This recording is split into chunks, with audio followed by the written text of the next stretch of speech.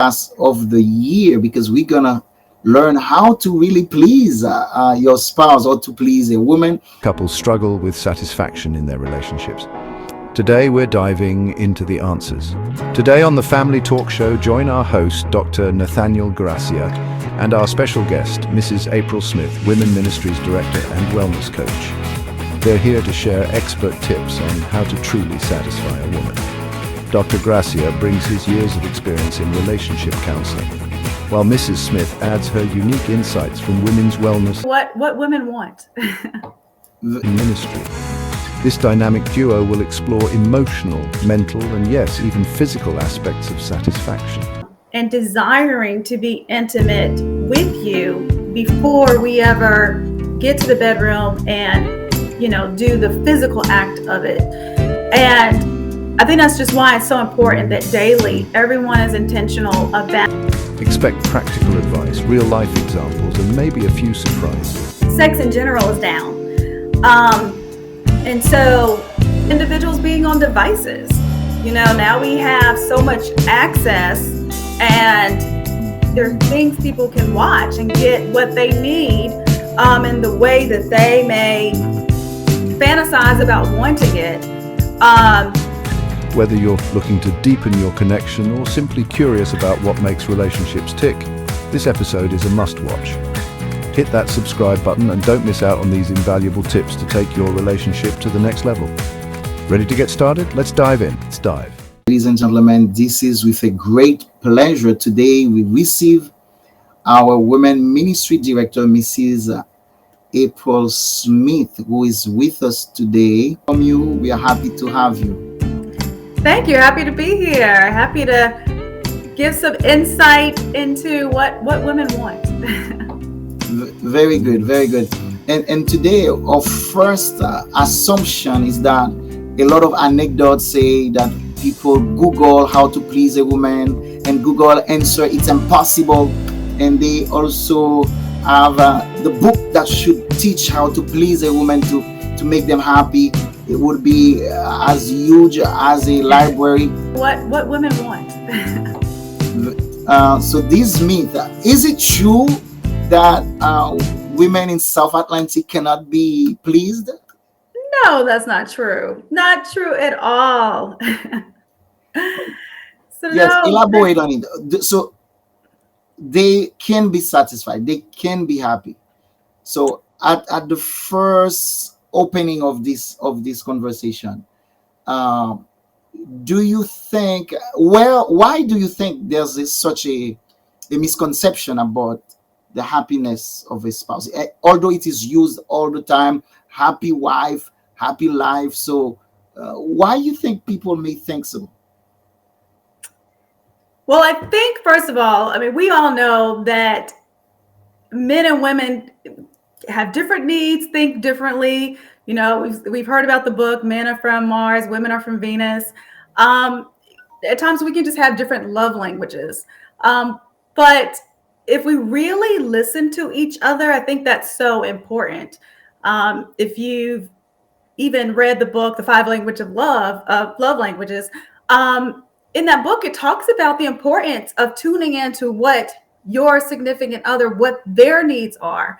Sometimes we can approach relationships based on what we're seeking, what we're looking for.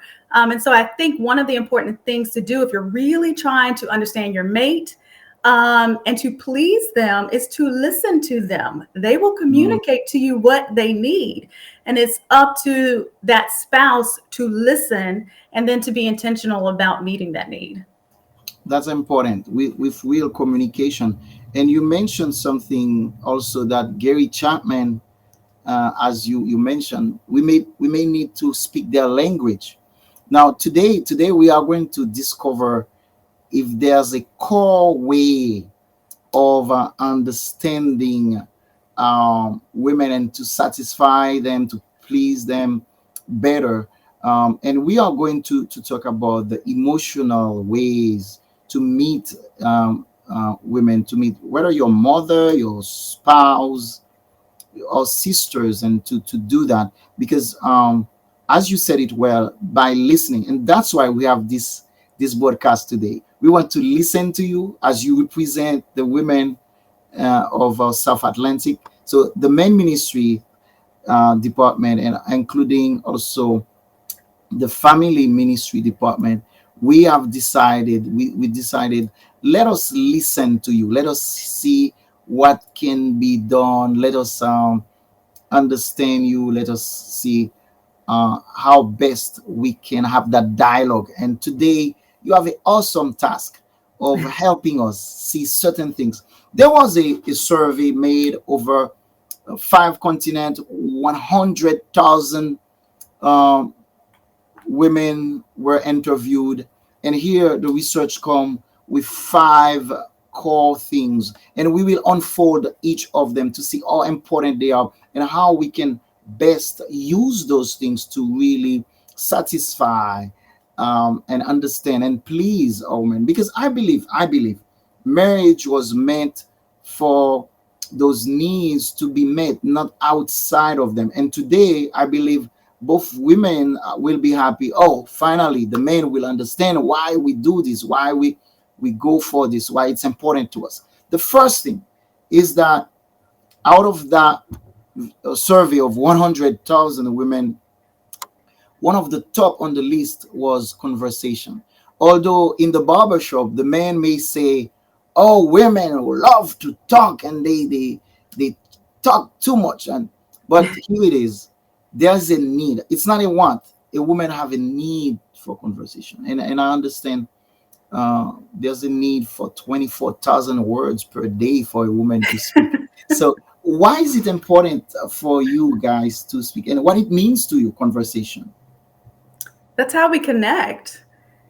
That's how we connect. Conversation is really the beginning. It leads to the other aspects of the relationship, even leading into the intimacy aspect. Um, we need that conversation to experience that, to feel connected to you.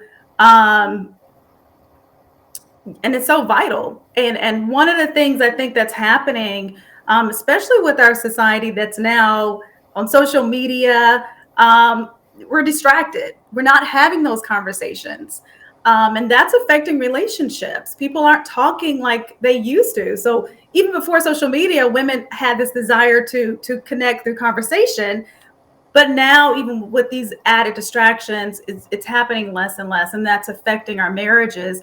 But I took a parenting class when I was pregnant with my first child.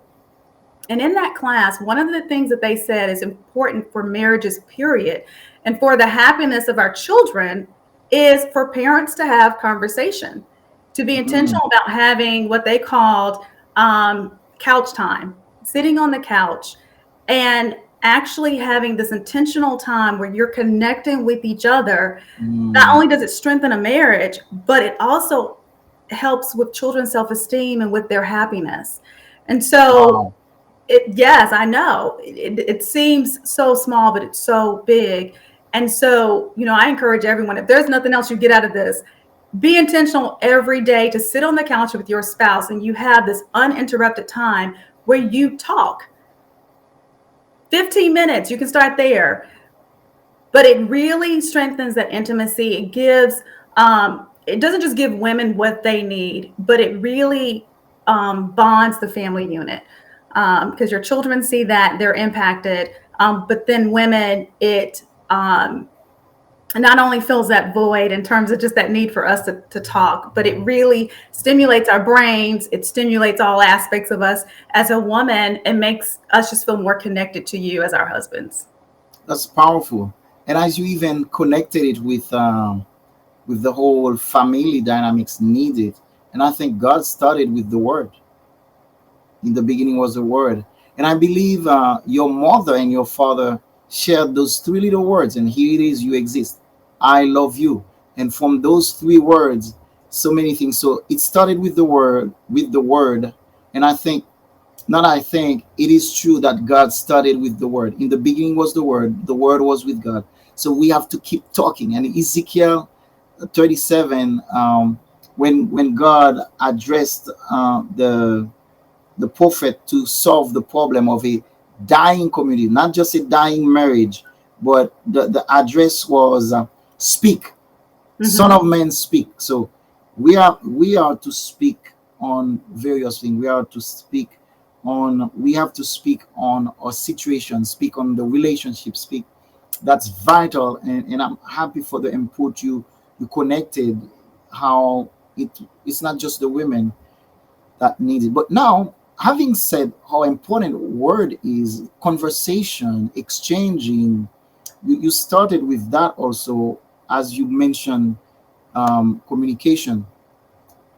How do you feel when your spouse, not you personally, when how women feel when their spouse have few words for them?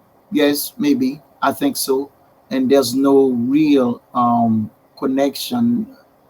How does that affect you? How does that affect women when, and some men, they don't talk, they just, probably because of how they were brought up, or some men are more into actions. They have few words. Can you send a message how it affects you and what it means when we don't talk to you? So when that need isn't met, you can feel lonely. You can Mm. experience loneliness. And I know you've heard me say it before, there's an epidemic period of loneliness within our society. But you can be in a relationship, in a marriage, and absolutely feel lonely. Both of you can be in the house, but when a woman doesn't have that conversation, she can feel lonely and disconnected. And so, And what are the risks of that, for instance? what's the risk of that? Since it is a need, would she now find someone else to talk, and what's the worst case scenario when that need is not met? I mean, I think that depends on the moral value of that individual. I mean, there are some people who may go outside of marriage and seek that. I mean, we know God has instructed us to not do that. That's where prayer comes into the picture. Really turning to God and asking Him, hey, to really help me. Number one, have self control and recognize that you don't do things outside of what God has instructed us to do, and He's instructed us to be faithful within our marriages. And so, with that prayer, but communicating continuously with your spouse and just saying over and over, this is what I need. Maybe even seeing if your spouse is willing to go to counseling to kind of talk through this, because you have to understand, you have two people coming into a marriage that were raised very differently. And um, sometimes you've got to work through just how you've been as a person over these years. You have to learn each other. And just with any habit, sometimes we have to reshape those things, and that can take some time, and it can take some being intentional. So the first thing I would ask a spouse is, do you want to please your wife? Is this something that really matters to you? And if it does, to listen to, what your spouse is saying. If your spouse seems unhappy, check in, find out, you know, what is it I'm not doing? And what do I need to do to make you happy?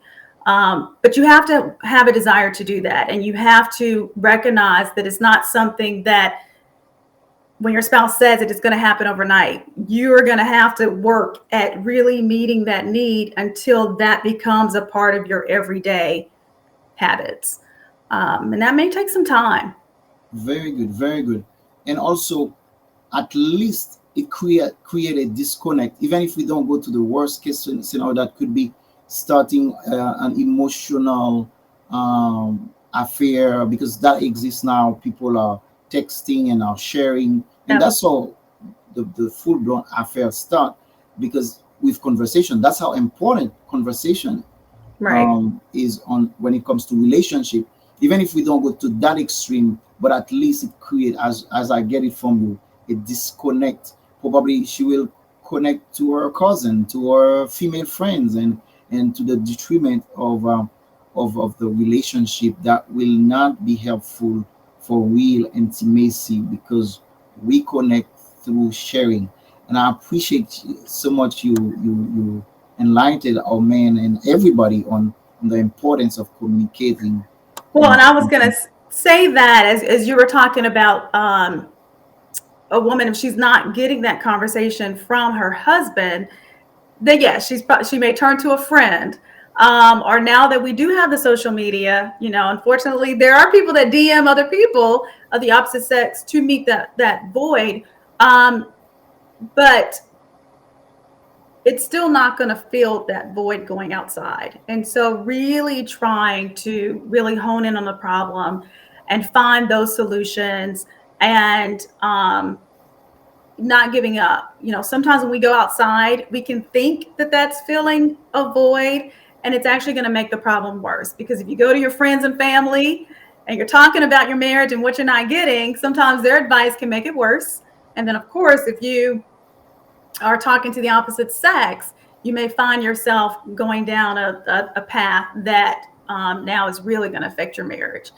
And so, There's so much wisdom in what you just said, because the connection and the what you share, not just in words, with a spouse, is so already intimate in itself.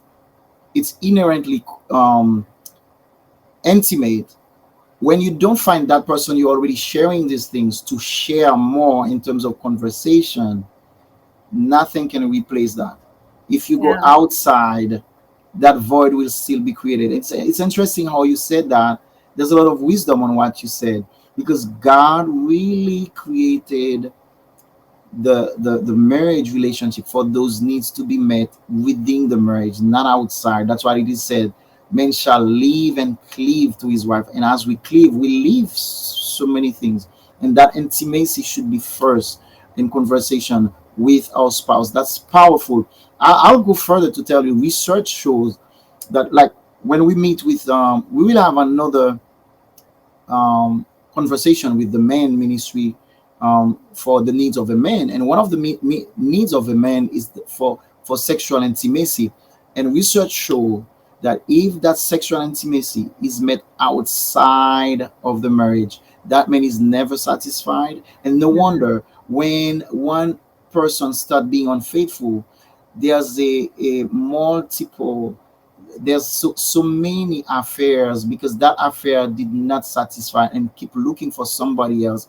It's never with one person over a lifetime when somebody start cheating, because they don't find what they expected to find outside of the relationship in one person, because it cannot be real, because it has been proven that the intimacy, that need, can only be met fully the way God wanted it to be within the marriage relationship. And that's powerful. As you also said, there won't be any satisfaction in trying to connecting in conversation with somebody else apart from your spouse. That's very powerful. Let's move on from the conversation need, because it seems that we had that conversation need to stay so much in conversation. We had few more to go. There's also that need for help. Women cry. mm, In my counseling practice, I find out that so many women are asking for help in the house. They said, we need help. We need, even if we work at home, but we want you to come home and also touch the dishes if we cook. So why that is important? Elaborate a little bit on that. Women have a need. Within those 100,000 women around the world, they said, we wish that our husband, and guess what, we could have thought that, okay, because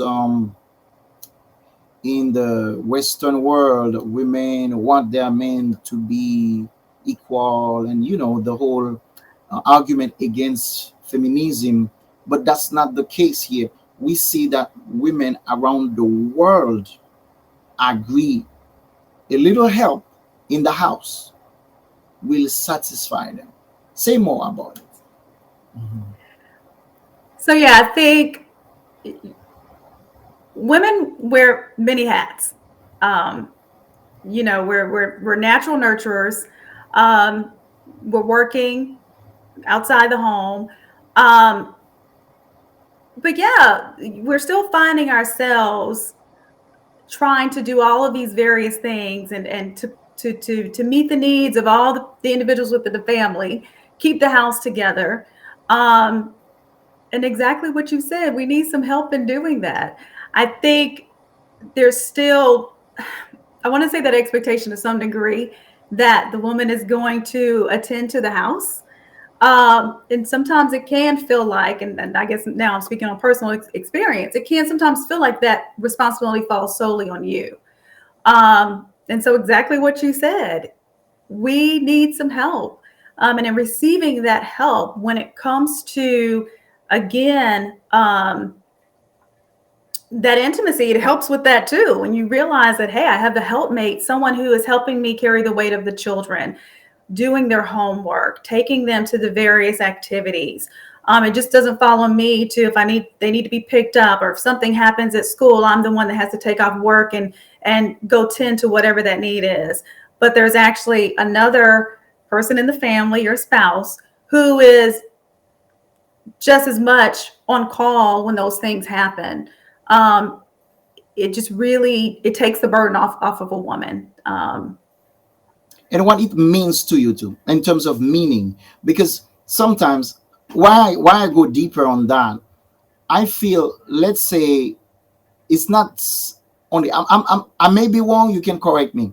It's not just the burden that is lifted, but there's a feeling of team experience Mhm. and team spirit. Because I've heard women in my practice that said, okay, it's not the same if he pays a house cleaner to do it. When he does a little bit of it, he shows me that this is not just my job, and he shows me that we are a team. Is that correct? Well, I think when your spouse takes the initiative to do it on their own and you don't have to ask, Mm, that speaks volumes. mm. Because if you're always having to say, okay, can you help me do this? You kind of feel like they're doing it now because I've been after you've been you. asked, After or like you. they kind of now feel obligated to do it because you've asked them. But for you to just start doing it, it's just like, wow. Yeah, and you're right. It does give you this sense of, wow, we are a team. Both of us recognize that this is something equally that either one of us can do. There's not this expectation that I as a mom have to do it. But there's this recognition that, hey, we're both parents, or we're both in this together. I can do that just as much as you can. And that is a nice feeling. Very good. That's very good. We are doing better with the other needs. There's also the need for financial support. I won't do any intro with that. I'll simply say these women said if they have a man, they should not be carrying all the weight, because right now, after the industrial revolution, women are out working as well, so they do carry money, and sometimes women even make more money than their spouses, than their husband. So but they still made it a point that we're not going to be there and not having any financial support. What's your take on that? Women ministry directors, speak for those women when it comes to the this aspect. It's not about greed, it's not about selfishness, it's not about any of this, but it is a need that the husband provides somehow. So speak to that aspect for us, please. So, what I've heard women say is, like you said, a lot of women now, are educated, can actually take care of themselves, but there's still that expectation that you contribute to the household as well. So even if a woman now is the one who makes, um, is a primary breadwinner and makes, majority of the money within the family, that there's an expectation that the spouse is contributing as well. I think women, is everyone is contributing, but if they're getting also those other things that we talked about, it's kind of a whole package deal, I guess. You know what I'm kind of getting at. You're contributing financially, but you're also meeting my emotional needs. You're helping around the house. You're involved as a parent, and so I'm seeing you really show up in different ways. Um, I don't think the expectation is like maybe back in the day where they had to be the primary breadwinner. But we don't want, somebody coming in and they just kind of lounging around. They like, yeah, I don't have to do anything. All right, honey, I see you when you get home. No, we want you contributing and all in just like we are, in whatever way that is for you. Um, And but when I'm doing presentation around those main ministry directors, I usually say, avoid the sinful issue that started sin. It was when Adam allowed only Eve to bring food for the house. When she brought food for the house by herself, then it was a forbidden food. So don't do that. So be a provider. So they yes, always say, oh, yes, sin came in the world when Adam said, okay, honey, go find food for the house. So that, but we understand there's the Proverb 31 women that also provides. But I understand your point of view. yeah. It, And it, providing, like I said, can be more than just financial. I know we always kind of look at it from a financial aspect, but there's providing in other ways. Like I was saying, providing and meeting our needs, providing, being there for the children. So and even if providing, you make less, let's say, exactly. wait for at least take care of some bills in the house. So you don't sit in the couch playing video games and my wife is Oh yeah, working. no, So nope, this affects yes. uh, a lot in the dynamism of the relationship. So this is very, very critical. And I'm glad you agreed with that. So the other thing is now honesty. How is it for you? Honesty, how it matters, what it means to you. Women want their husband to tell the truth, although it is said that they want to hear the truth, but they don't act accordingly that they want the truth. Like women want the truth, but they don't want the truth because they say, "Oh, you really did that?" So, tell us about honesty. I want the truth. Even if I get mad, I still want the truth. So, don't have me going out looking crazy. If I ask you how I look, don't say I look good. And really you thinking like, yeah, that's terrible. No, be real. Um, so for me, it's very important. To be honest in all things when it comes to our relationship, when it comes to bills, really being transparent and so if you went out and bought something and realized it was a mistake, let's have a conversation about it. But down to like, yeah, how does this dress look on me, or whatever it may be. So I think honestly it's very important. I'm Mhm. trying to think if there are any situations where I'm like, okay, you can kind of sugarcoat that a bit. Yeah, I would help you here. What about the Okay, truth do of that. his past? The truth of his past that could disturb. They said not all truth are needed to be said. And would you rather a disturbing truth or an honest silence?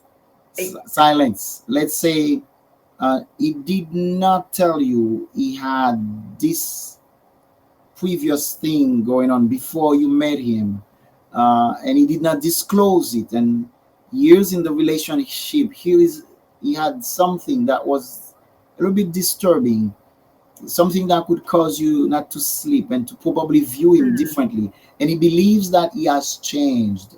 So, do you rather knowing everything about him, even those hidden things, though he has moved away, or you would rather say, um, uh, I don't need to know this. This was your past, and I don't care. Tell me. Let me hear from you. So I'm gonna answer this question honestly. I would say the younger me, I can't say all women, but I would say, in my 20s, if there were certain things revealed, I think it would be harder for me to digest. Um, you kind of get in your feelings or whatever. As you get older, though, and you get wiser and you recognize that all of us have made mistakes and done things, and we're human. Um, I think there are certain things that you can, when they're shared with you, um, be able to appreciate someone for being honest and look past that, and especially if they've moved on and they're a different person now. Um, and I think sometimes too, those types of conversations come out as your relationship progressed.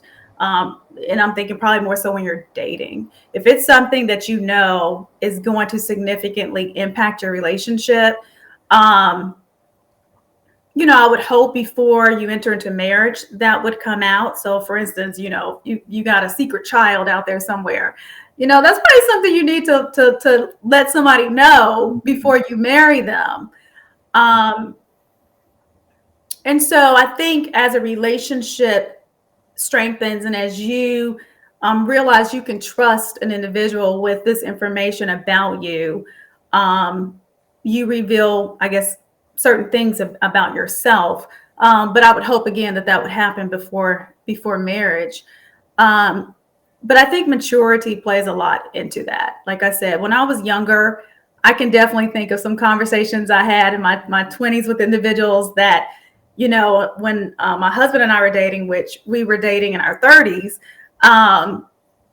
when he would share some things, it would be like, oh, okay, that's no big deal because I'm past that. I'm at a more mature point in my life. And so when it comes to honesty, I think maturity plays a lot in that.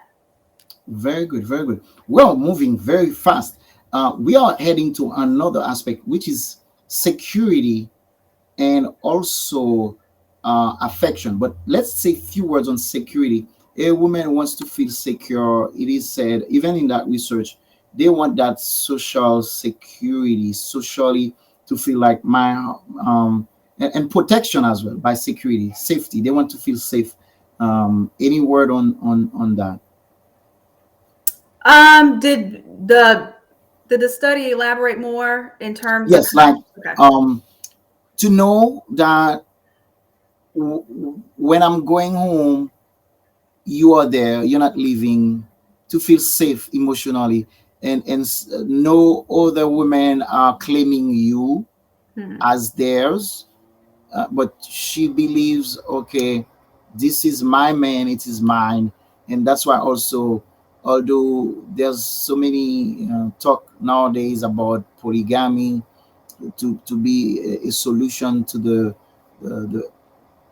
proportion of men to women. Hmm.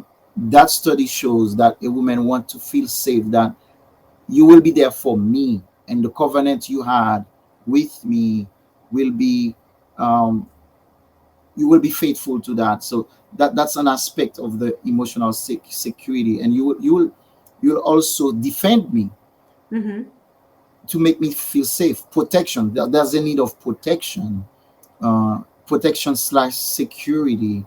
Um, what it means to you to feel like when you're with your man, you're safe, you're protected because he's there. Yeah, I mean, I think every woman wants security within their marriage. I think every woman wants to know that her man has eyes for her and for her alone. Um, and I think that's why it's so important that we show that. I think it goes hand in hand with the trust and honesty.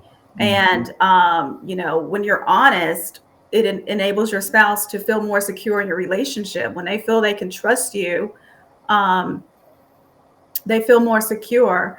I think that's again kind of, I do think there needs to be guidelines around sometimes with social media.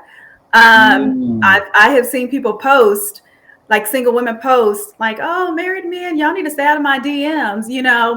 And, some of these men could think like, oh, I'm doing nothing wrong. I'm not cheating. Whereas their wife, if they found that out, that could definitely interfere or tear down that security she feels, because her thought is, okay, why are you DMing somebody or whatever. um and so I think all that plays a role. How are you pouring into your wife? What do you tell her that makes her feel that you only have eyes for her? What are the actions that you're doing that lets her know you only have eyes for her. Um, and so I think it's very important that men are intentional about how they show their women that they love them and they're only for them, and just being mindful of the actions that they have that they may not think is a problem, but someone else outside the marriage and even their wife could really think like, hey, that's not something I'm cool with, or that makes me feel insecure because, why are you doing that? Powerful. And there's something. This is our last question, and I left the last to be the best for last.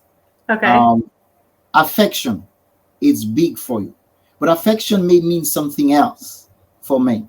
Affection for you may start in the kitchen with the help or something else. I don't know. I'll let you say more about it. But men have a meaning of affection that is more physical, that is more sensual, that is more sexual. I would say the word.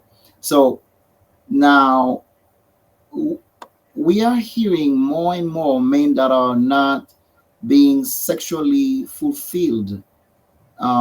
Is it a need for you lately, or is it that the world consume you, your work so much that affection and intimacy, physical intimacy, has shifted from what the men crave for, because it's one of their first needs. So can you speak about that disconnect, that inequality here that we are finding more and more? In my practice, more men come to me and say, my wife is not really even taking the initiative. She's not initiating sexual intimacy. So what affection means to you? Help us understand, what is it affection is all about, that we may understand, so both party may be in a win-win situation. Yeah. So I actually heard this on a political show. They were actually talking about sex in general is down. Um, and so, men or women are really engaging in this. And again, they were linking it back to, like you said, individuals being busy, but individuals being on devices. Now we have so much access, and there Mhm. are things people can watch and get what they need, in the way that they may fantasize about wanting it, um, instead of, again, intentionally being focused on what needs to happen in their home with their spouse. And so I found that very interesting, that this is an issue. It sounds like just across the board. Um, for women specifically, as we've talked about communication, affection, intimacy, all of that starts before the bedroom. It could even start like through a text. We need to feel like you are connected to me, that you are into me, that communication, all of those things that happen throughout the day. You were talking about the washing dishes, those little acts of service. Um, those things lead to us feeling connected, and desiring to be intimate with you before we ever get to the bedroom and do the physical act of it. And I think that's just why it's so important that daily everyone is intentional about, one, having the conversations with their spouse. Make sure you're talking. Put your devices away. If you need to designate time in your evening to say, okay, we're not going to, be on devices after this time, or, this hour is designated to just us sitting on the couch and talking and catching up as a family and playing games with our kids, but just having this interaction that then stimulates your brain and gets everything fired up, especially for a woman.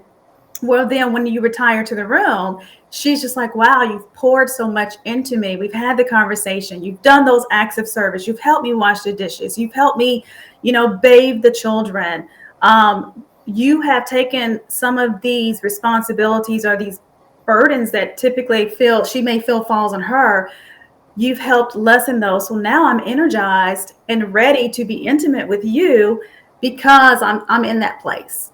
And I just think at the end of the day, when we talk about what women just want men to intentionally just be present and intentionally try to meet their needs, both from a mental standpoint with the communication, um, to a spirit. We didn't even talk about this, just the spiritual aspect, of having a man who's the head of the household, who is leading us in spiritual devotion and prayer. That's very attractive. When your man takes that leadership role and he does that.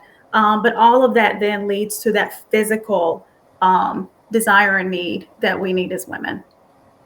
Powerful, powerful. And as we focus it on the needs of a women, and all of these, we kind of shifted a little bit to see how the man may be happy.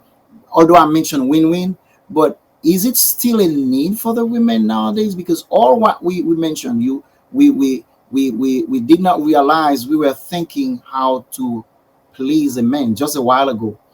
Is affection that is needed, is sexual fulfillment still something women would have desired, or is it something they, oh, let me do it for him?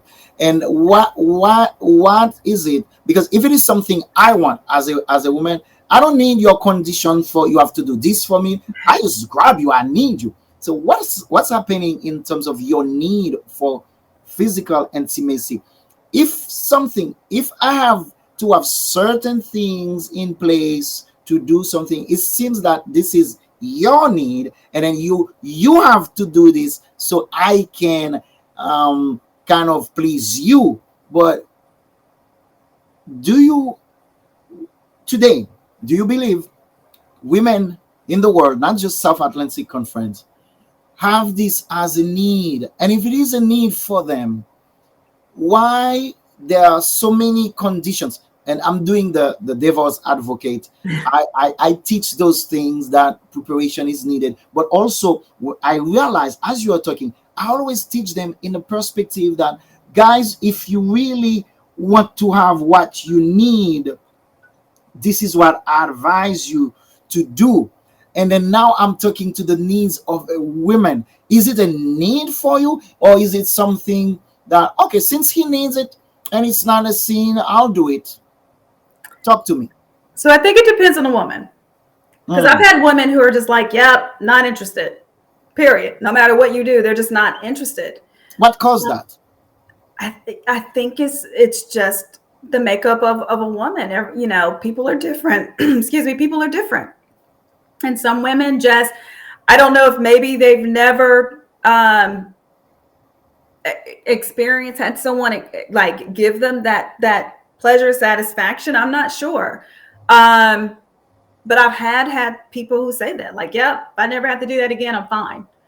But then there's the other women who are just like, yeah, nope, I'm expecting that on a regular basis. And so it depends on the person. And so it's kind of really hard to answer your question. I think that a man is more likely to get that if he wants it by doing the various things we've talked about today. But in terms of need for women, I've heard different things, and just talking to different women in my circle. Some are just like all in and like, yep, they need it more than their husbands, and other women who are just like, not so much. Like, it's not something that they have to have. So I don't know if that answers your Yes. question. And as you mentioned it when you were connecting this with spirituality, research has found that the more you pray together, the more you can be intimate together also. And you already expressed it. You could probably reiterate it. How this will be a closing thought. How what it means to you when you see your husband, your man, is a praying man. What it says to you. What it says to me. Well, I'll first say this: when we're talking about communication and being intentional about doing that with your wife, you know, we are to communicate with God to strengthen our relationship with Him. It requires daily communication, being in the Word. And just as we need to do that daily with Him, that's something we need to do with our spouse. I will tell you, as a Christian woman, seeing my husband, um, seek God in all things, one, it gives me that trust. You know, men are always wanting to know that their wives trust them, that they respect them. And so knowing that my husband is seeking guidance from our Heavenly Father to guide and direct him as he leads our family, that is, yeah, that really, that's tremendous. And it does strengthen the family unit, because as God is pouring into him, he then is helping pour into his family by keeping us grounded, keeping us in the word, and keeping us on the straight and narrow, like keeping us on track and where God wants us to be. And so that's very attractive. Um, and so, yeah, I would encourage all couples, if you need a starting place, that's the first one, seek God together. Um, Man, if you're looking for where to start when it comes to your wife, the first is having that relationship with God, and having Him guide and direct those issues that come up in your marriage, praying daily, to help you be intentional, especially when your wife is communicating what it is that she needs.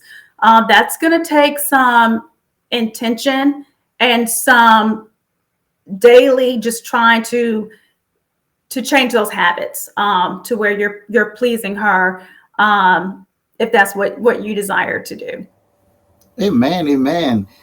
I am so blessed, and our women ministry director is very wise, and we are very happy you are leading our conference when it comes to the needs of the women, and we are very grateful for this interview. Maybe we will talk more about when it comes to parenting and other aspects Yeah. of the needs that what you expect from us when it comes to that. So we Yeah, are thank you for so, this. This was really fun. I enjoyed this. So yeah, let's talk about parenting. Let's yes, talk about all yes. of it. Yes, because as you said at the beginning, we need the understanding, and that could be a place for some difficult conversation to start between spouses as they may comment on what you said and what I said. So we are grateful for your presence and we are happy. And as I also lead the main ministry department, we are grateful this will be helpful for both the women who are listening and especially for the men, that they can learn and know that yes, Mrs. Smith said it, you can find a way to please your spouse. It is not impossible.